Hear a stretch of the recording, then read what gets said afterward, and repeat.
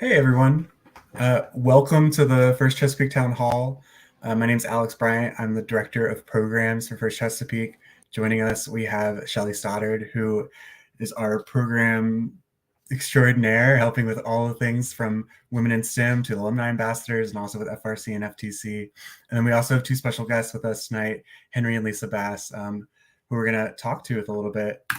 So moving on down the road, tonight I thought we'd touch a little bit just on some quick updates that we have about the season. I want to share some information about a back to build that we have. It's a virtual opportunity for mentors. We are right now looking for 2024 site hosts for FTC and FRC, and then we'll wrap it up with Henry and Lisa and Shelly with New River Robotics. So some quick updates. We wanted to address out of district play. I know right now, like where we are, our hands are a little bit tied. We have written to the teams and humbly requested them to back out. And that went about as well as you think it would.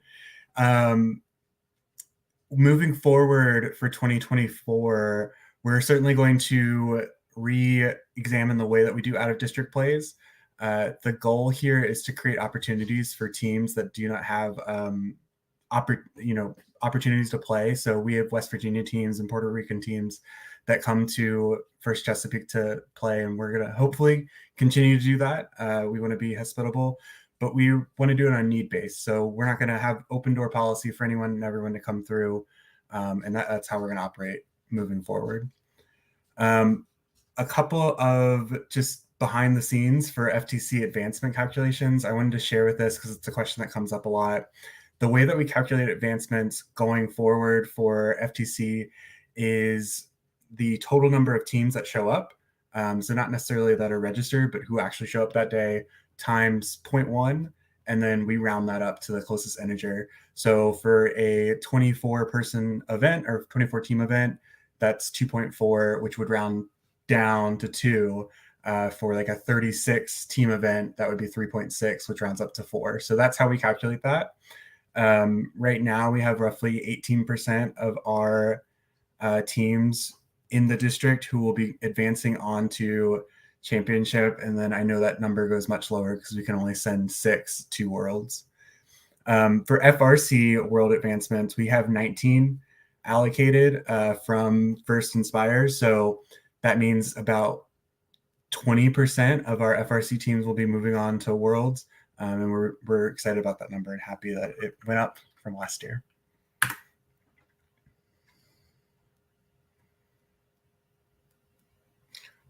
Okay, so as I was talking about back to build, the Maryland Robotics Alliance is a wonderful nonprofit based out of Baltimore, and they host this every year. It's normally in person, but given the COVID parameters, they are going to host it virtually this year.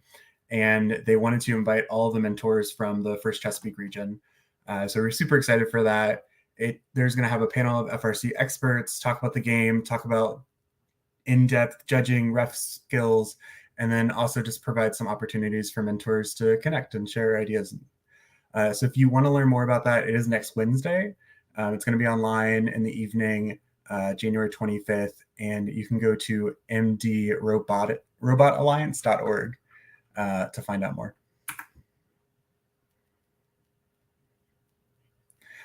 And so again, as we've talked about a little bit in some of these town halls, we're looking for our site host. The big thing that we did just yesterday was we launched an RFP, which is a request for proposal for FRC Championship. I know we want to make sure that that is in a very central place and a large, wonderful place. So we are looking right now for the best proposal. If you want to view that RFP, you can go to bit.ly/chs-frc-champ-2024, and you can check that out there. I think we also have it up on our website. Some of the other things that we are looking for is we're going to be reaching out to FTC hosts very soon to set up qualifiers, looking for an FTC championship location as well. And then we'll be following up as we get further down the road with FRC qualifiers. So if anyone has a venue that they're excited about or a host team or a host network that they're excited about, please reach out to us. My email is abryant@firstchesapeake.org, and we'd love to love to capture that information, talk to you.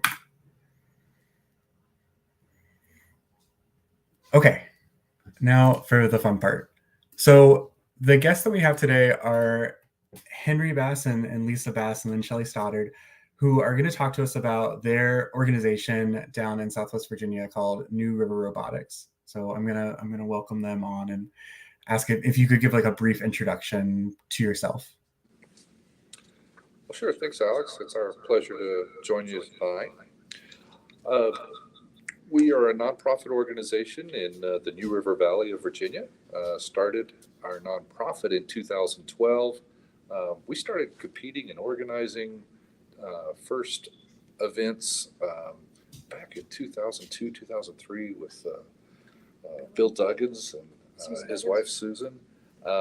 When Virginia Tech was into it, we wanted to bring something to our children that were just entering elementary school, and then eventually formed a nonprofit in 2012. That was a huge help. We can talk about that later. And currently, we're supporting FTC Team 4924, the Red Beard Pandas. There's about 6 um, FLL Explore teams, and there's about 8 FLL Challenge teams this year. We saw a lot of pent-up demand coming out of COVID for folks that wanted to get back into team-based activities with kids and get out there again. Wonderful. Lisa or Shelly, do you want to introduce your role on the team and how you guys contribute? Sure. I'm Lisa, and I am a logistics coach. I'm a former math, social studies, PE kindergarten teacher who, when Henry was deployed with the military, I took over the coaching duties for my youngest son's FLL team, and I've been coaching ever since.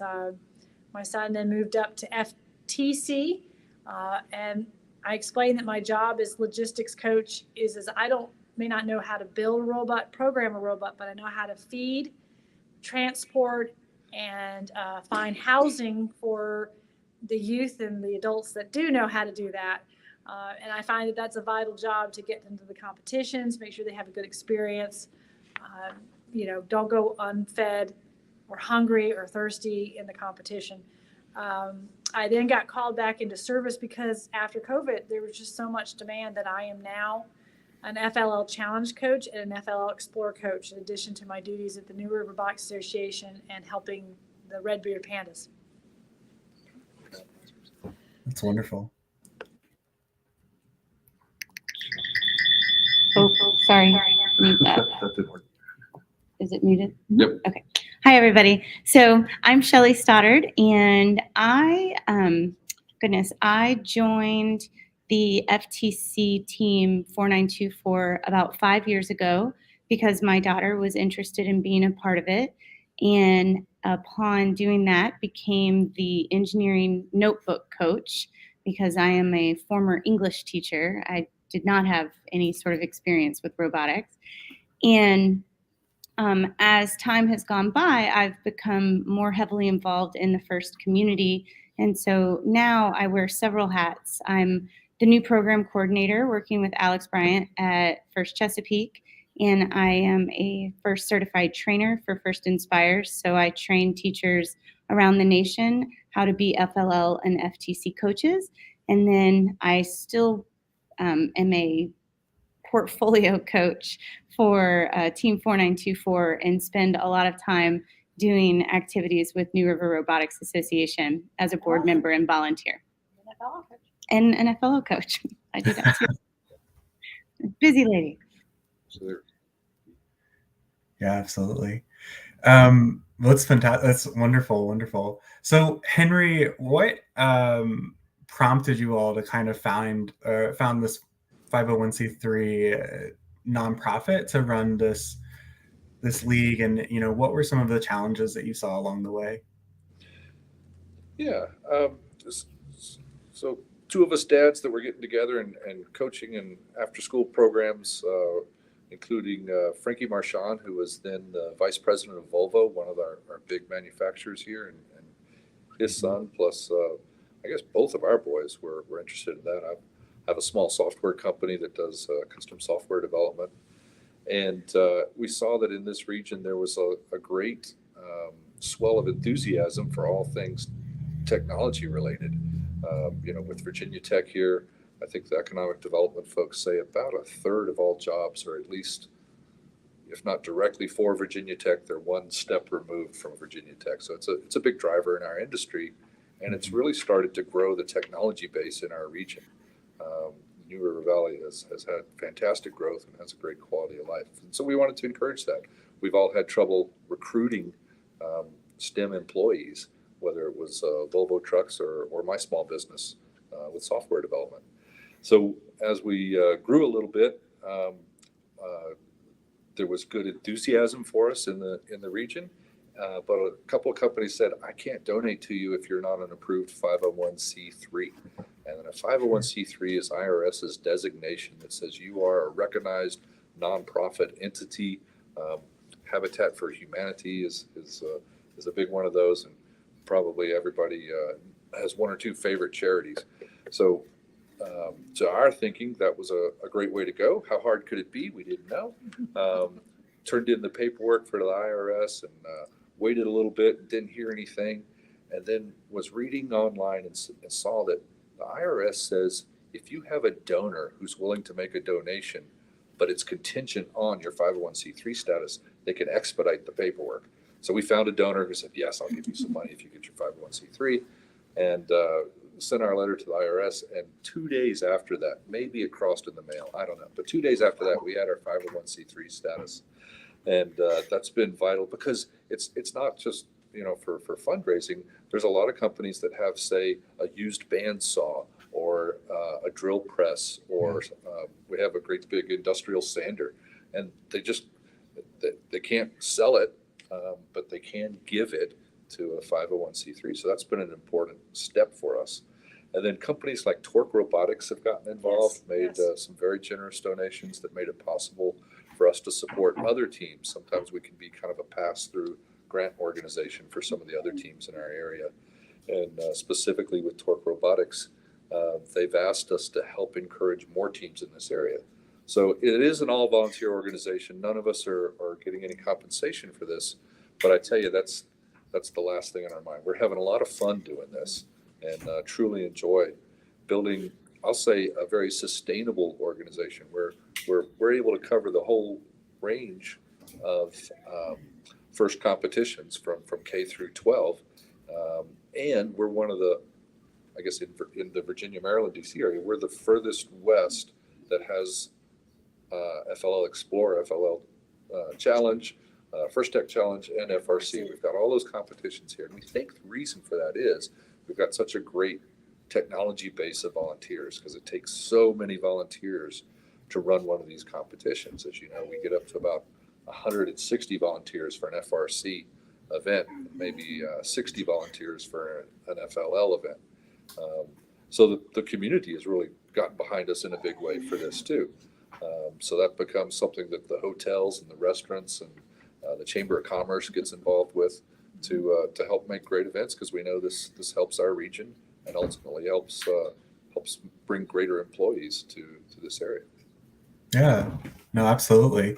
I love that community connection. I think that's really important and something that is easy to act on when you have a kind of a central base, right?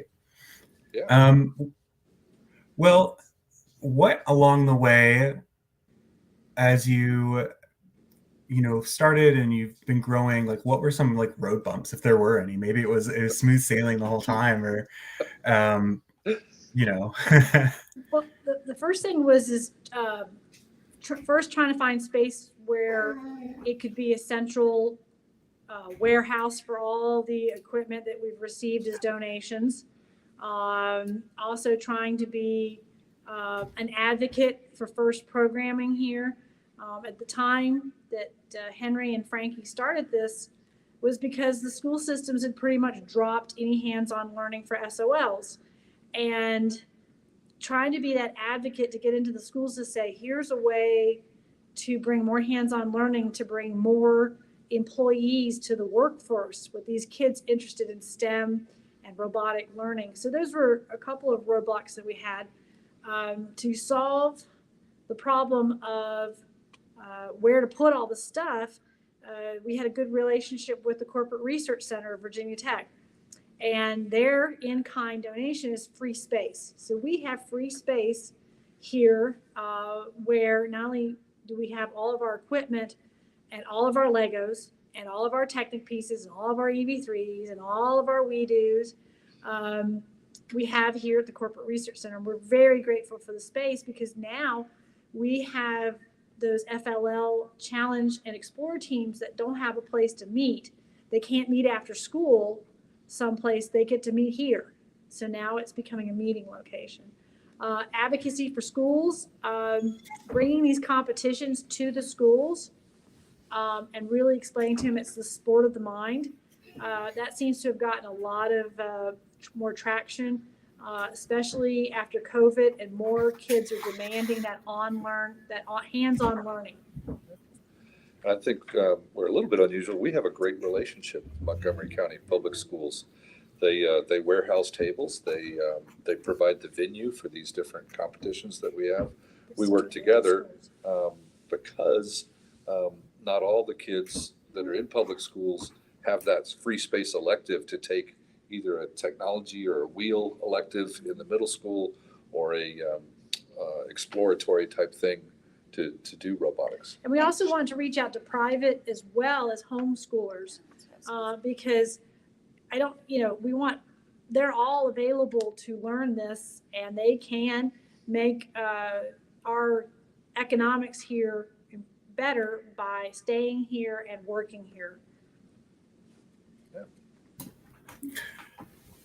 Yeah, that's amazing. And I think that really gets to the heart of something that's so interesting about this nonprofit model is you can have community-based, you can have public school-based, you can have private school-based. All these teams are working together. All these people are, sharing resources. And I know especially having a central meeting place in a rural county can be really, really important.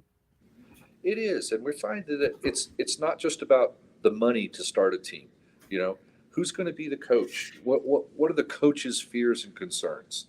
I'm not a mechanical engineer. I don't know anything about programming. We quickly get rid of that once we get to talk to them and that sort of thing. But how do I advertise this? How do I advocate for this? Quite often the challenges in FLL challenge is that I had 30 kids say they wanted to join. I only have room for 10 on a team. What do? How do I unfortunately have to go through a down select process, or is there another parent that we could spin up as an additional coach?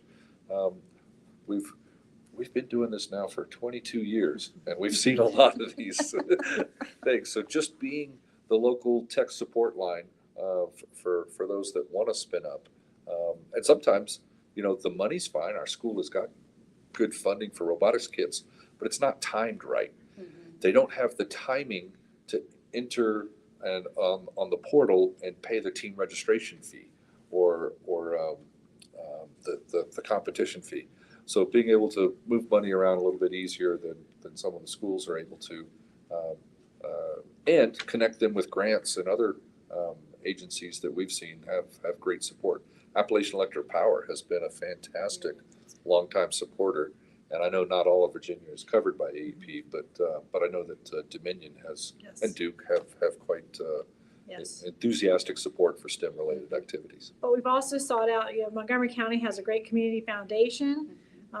There is also what is the grant opportunity? But we find out about these, we study it, and we make these available to them. And anytime, for example, we even help the FRC team here, which is entirely run in the high school. It's run entirely in high school, and it's all inclusive, where kids from all 4 high schools come to this evening credited class and compete. They've had a couple hiccups with money, and so we can help them. They needed a 3D printer because theirs is not working. They can come here. It's a great cooperative. And we've gone there for their 3D printer when ours was down. Yeah, that's so right. A great cooperative action here. I think the only thing we face right now after COVID is we're having a harder time finding volunteers. We are inundated by parents that say, hey, I have a kid that wants to join FLL Explorer, FLL Challenger, FTC. And the request is so high that we don't have enough coaches. So we're trying to hold more coaches workshops to convince them that, look, we have a fellow friend who's an English teacher. She got those kids to the state championship for FLL Challenge. I think that there's ways to support each other. We even had a co-coach of a previous FLL Challenge team that we convinced a parent, hey, you can do this, and now they're co-coaching. So just trying to be there to be a sounding board. We just had an FLL Explorer coach come tonight before this broadcast who was in need of parts, and we could help hook them up. So we would like to do more, get more people interested, and we're trying to do workshops. We're trying to advertise it as well. And we want to go into the schools and try to experience teachers and try to find grant money to help pay teachers for the time if they decide for a public school teacher to do a program after school. Which is a big ask. That's wonderful though, to find that extra resource for educators. Very huge. I think that really makes a difference.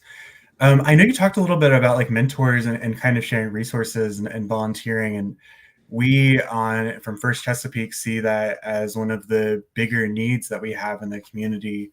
When we have teams we have mentors who are mentoring 4 or 5 teams, the year that mentor wants to take a sabbatical, that means that those 4 or 5 teams are down. And we all know that the cycle is so fast, losing just 1 year can be really detrimental to the sustainability overall. So, what are you all doing to kind of cultivate this network of mentors or potential mentors, volunteers locally in your community? Yeah. We do, because we are a nonprofit. We had a good status with the Chamber of Commerce, so we will go to a Chamber of Commerce event and we will talk it up.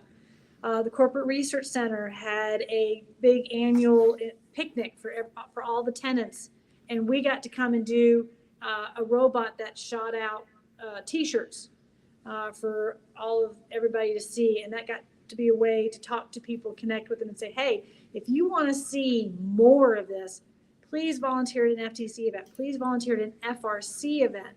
And that opens a lot of doors right there. So being out and about, wearing our little New River, which, by the way, a Virginia Tech student team did this for us. I mean, that was kind of close. Yeah, sorry. I'll show your logo. Yeah.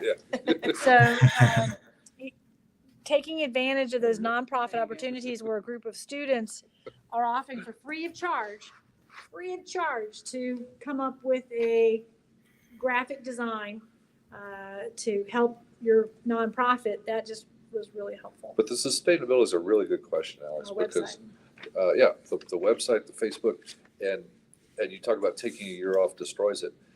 Rhythm has been everything, to constantly be out there, to have a regular calendar. Okay, so this time of the year is when we build teams. This time of the year is when we go out, we do recruiting. We do a summer program, kind of a summer camp to get folks involved. And then we document everything.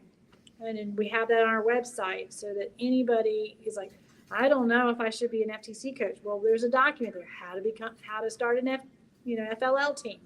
Yeah.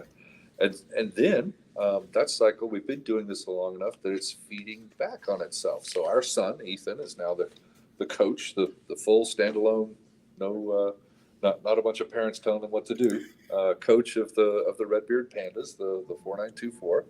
And Brendan just graduated, and he's a mentor. He's been a mentor for a lot of FLL teams. That's right. Because he's a mentor to Night Owls, and he's a mentor to the Redbeard Pandas. Yeah, I've hired a couple of the graduates from the program, and I know several have got jobs locally, and so that feeds back in. And everybody listening to this podcast knows that a competitive robotics team is no small undertaking. It is all consuming. So that's not for everybody. So part of what we do is provide these short little experiences. Virginia Tech does a science festival, and we do a little line following robot. We ask people to come help fix our robot. So it's 5 to 15 minutes of hands-on interaction. And while the kids are doing that, the parents talk to us and talk about what's more involved, how do I do more of this, that sort of thing. Mm-hmm. And so we provide these quick little things that can lead to sometimes a 4-hour or an 8-hour thing, like the robotics merit badge, or the robotics belt loop. The Girl Scouts have a robotics program now that we helped create the requirements for.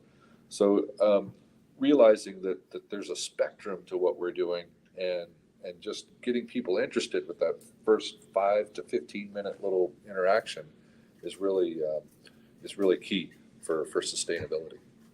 Yeah, no, that's wonderful. I'm hooked.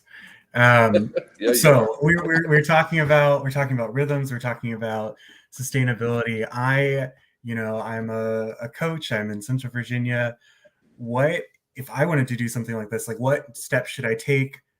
When is the best time to do it? I know we're like in the middle of 2 seasons right now, so it's a kind of a crazy time. But like you're saying, the timelines of everything with summer break, it makes things hard. So what advice do you have for people who might want to go down this road? I would say April is a prime month. All right. Give yourself a couple of weeks off, and then get geared up. So we get out at the World Championship. Yeah. We also had a long bus ride to the World Championships on many occasions where we had time to talk about it. But that's the time to strategize, to really formulate, okay, what is our goal and mission if we're deciding to start a nonprofit like the New River Robotics Association, what's going to be our goals? Is it just to be a clearinghouse for money? Is it to be a way to find space that we can all share together, and this is a meeting space for all teams? Is this a way to recruit people? Is this a way to help or be a support system? Come up with those goals, and then go from there. And I would say we start contacting and handing out grant money to form new teams by the end of May. Mm-hmm. By the end of May. Yeah. And summer camps, those kind of things, those start getting plans now. And then by March, a lot of summer camps have opened their enrollment and start to fill up, that sort of thing. So that kind of needs to be on the calendar in terms of that rhythm. We love it when teams can form in April or May. We kind of think there's a sweet spot when kids have finished their SOLs in that first couple weeks of May. And then in public schools, unfortunately, in public schools, there can be a little downtime where you're catching up the other kids who missed the SOL. And a lot of kids are just watching movies or doing some of the catch-up stuff. But this is the time to form the team. And whether it's FTC, FLL, or FRC, get the organization together, get started, and have a couple of meetings over the summer, or have a slow rhythm over the summer where everybody gets to know each other. They get familiar with whatever the robot's operating system is, and do some past year challenges, that kind of thing, so that when challenges get announced in August and September for FLL and FTC, they're ready to go. Yeah, they've gelled as a team, and they can start on that challenge. That's wonderful. Well, I want to thank you all for your time, and leave some time for the audience to ask you questions if they have. And I know that we got some audience questions, so I'm going to go through those right now. Okay. Let me see. Here we go. Almost. Let's see. So the questions are around venues, specifically for FRC. And for 2024 so far, we've reached out to the Henrico Sports Complex, which I know is one who is really, really excited about potentially participating. We've also reached out to the University of Maryland. We created this RFP because we wanted it to be circulated and distributed as wide as possible. So if you have sites that you think would be appropriate, all of the details are in that link. That link's right there on that screen for you right now. And the applications are due February 28th. That was another question about the timeline that we have for CHS to reach out to 2024. For championships, we want to get this settled as soon as possible because that's going to determine how large we can have champs for both FRC and FTC. For the FTC venues, we're hoping to wrap that up here pretty soon.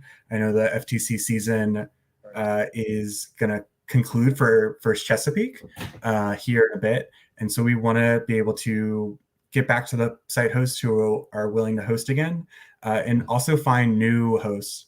I know a big need that we have right now is finding large venues, 36 to 48 team venues in DC area and Baltimore area, and really help us hone in some of the competitions that we had this year. For the FRC teams that are currently not scheduled for a second competition, if that is the case, please reach out to me as soon as you can. We work with First International to get placements, so we don't necessarily do those placements, but we do advise. So if there is a gap where you only have one and we need to get you to another one, we want to make sure that we can take care of that, because oftentimes we can go up and down. One is not a crazy. So please, if for some reason you only have one play, let us know, and that way we can get you taken care of. For districts, for FRC, we're hoping, Scott, I know, shared a little bit of a map, and I know I have the map in this presentation, but I'll follow that. Talking about how we'll do districts, I think it's going to be about 7 again for district venues. We're looking to do 1 in Southwest Virginia, 1 in Western Virginia, 2 in the DC metro area, 2 in Central Virginia, 2, and then 2 more in the Eastern Maryland. I think that's 8. I think I did 8. So it'll be 7 to 8. But that's generally what we're looking for as far as venues. We want to have all of those venues, again, be as large as possible, because the larger these events can be, the more exciting they are, the better quality and the more teams can advance from each event. Does anyone have any questions for Henry and Lisa or Shelly, or any other questions that I haven't covered tonight?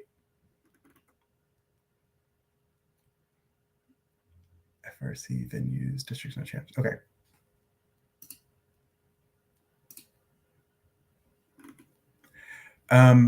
Henry and Lisa or Shelly, if someone wanted to get in contact with you all to learn more, maybe get into the weeds as to how to start a new nonprofit, what's the best way for them to get in contact with you?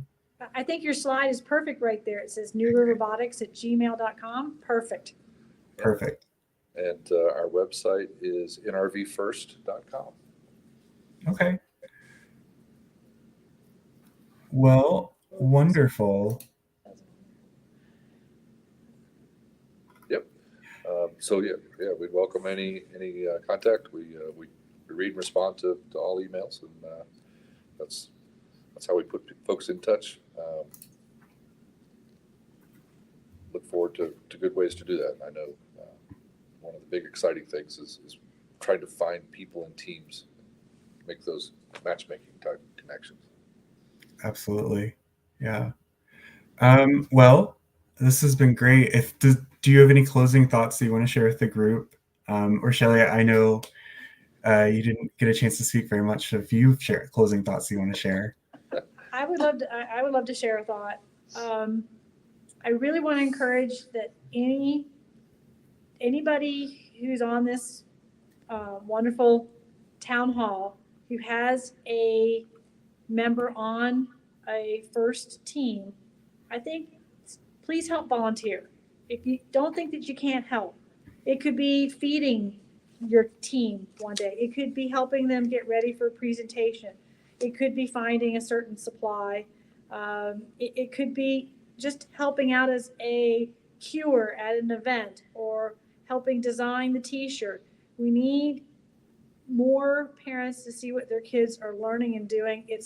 That's why I got so involved, is watching my children grow in this programming. And I think we need to get more families to see that, not just at competition, but throughout the season. please do what you can to help out. Certainly appreciate this opportunity to come and talk with y'all.